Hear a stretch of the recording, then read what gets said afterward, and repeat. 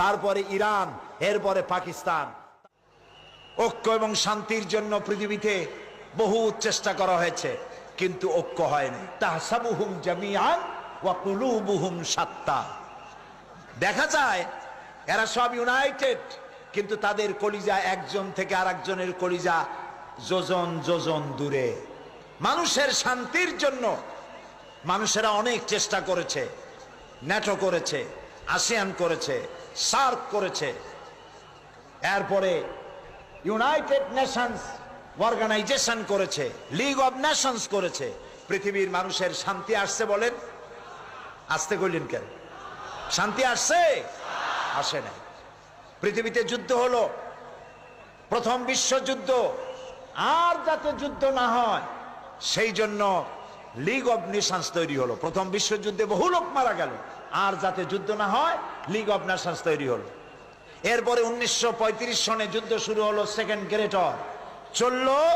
এই যুদ্ধ 1945 সন, একটানা 6 বছরের যুদ্ধে লক্ষ লক্ষ মানুষ মারা গেল, কোটি কোটি বনি আদম ক্ষতিগ্রস্ত হলো, হাজার হাজার বিলিয়ন মিলিয়ন ট্রিলিয়ন টাকার ক্ষতি হলো বিশ্ববাসী। আর যাতে যুদ্ধ না হয় সেজন্য তৈরি হলো ইউএনও, আকওয়ামে মুত্তাহিদা, যেটাকে ইংরেজিতে বলা হয় ইউনাইটেড নেশনস অর্গানাইজেশন। এদের কাজ হলো পৃথিবীতে যুদ্ধ বিগ্রহ না হয়, গরিবদেরকে বাঁচানো, ধনীদের বড় বড় দেশগুলির হাত থেকে ছোট ছোট দেশগুলিকে যাতে রক্ষা করতে পারে আক্রমণ থেকে। মানুষের ইজ্জত হুরমত, তাদের স্বাধীনতা সার্বভৌমত্ব হেফাজতের গ্যারান্টি দেবে জাতিসংঘ। আমি প্রশ্ন করছি, এই জাতিসংঘ পৃথিবীর মানুষের জান মাল, দেশের স্বাধীনতার হেফাজত করতে পেরেছে? পারে নাই। বরং জাতিসংঘের ফতোয়া নিয়া বড় বড় মোড়লেরা তারা পৃথিবীর মুসলমানদের স্বাধীন রাষ্ট্রগুলিকে তস নস করে দিচ্ছে। ওরা আমাদেরকে মৌলবাদী আর সন্ত্রাসী বলতেছে, সভ্যতা শিখাতে চায় আমাদেরকে। বেটারা, তোমরা হলে সন্ত্রাসী, তোমরা আমাদেরকে সভ্যতা শিখাও। সভ্যতা শেখার জন্য আজকের আমেরিকা এবং ব্রিটেনকে ইসলামের দরওয়াজায় ভিক্ষুকের মতো দাঁড়ায় থাকতে হবে। আর যে আমেরিকা আজকে মুসলমানদেরকে শিখাইতে আসছে, এরাকে কি কাজ করেছে তারা? আল গরিব জিন্দানখানা, আল গরিব কি কারাগার, এই কারাগারের ভেতরে মুসলমান কয়েদিদেরকে উলঙ্গ করে তাদের মুখের উপরে পেশাব করেছে।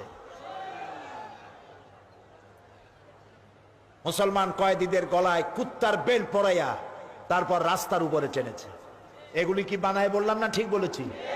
এগুলি সত্য কিনা? সারা দুনিয়া সাক্ষী, এ কাজ তারা করেছে। মুসলমানদেরকে আজকে চুপ করে বসে থাকতে হবে না, মুসলমানদেরকে ঐক্যবদ্ধ হতে হবে এবং বিশ্ব বিবেককে আবার জাগ্রত হতে হবে।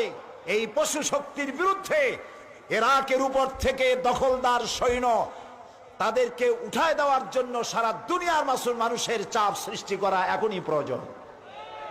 এটা যদি না করা হয় তাহলে ইরাকের পরে সিরিয়া, তারপরে ইরান, এরপরে পাকিস্তান, তার দৃষ্টিতে আমেরিকার দৃষ্টিতে পৃথিবীর সব মুসলমানেরা সন্ত্রাসী। আর শ্যারন নাকি শান্তির পায়রা। শ্যারনরে চিনছেন? শ্যারনকে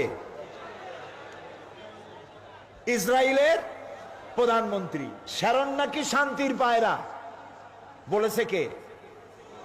ওইটার নাম আমি নিলাম না। এ নাকি শান্তির পায়রা। তা আমি বলেছি, শ্যারন যদি হয় শান্তির পায়রা, তাহলে বিশ্বে অশান্তির শকুন কে?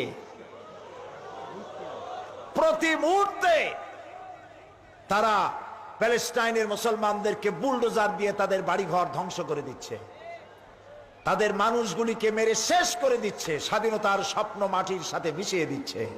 ইয়াসির আরাফাত আজ পৃথিবীতে নাই। সারা দুনিয়ার শান্তিকামী মানুষের, মুক্তিকামী মানুষের প্রাণের স্পন্দন ছিলেন ইয়াসির আরাফাত। তিনি চলে গেছেন পৃথিবী থেকে। আমরা আশা করব আল্লাহ তাআলা সাহায্য করবেন ফিলিস্তিনিদেরকে, আমরা যেন দেখতে পারি অভিশপ্ত ইহুদিদের হাত থেকে প্যালেস্টাইন আল্লাহ মুক্ত করেছেন।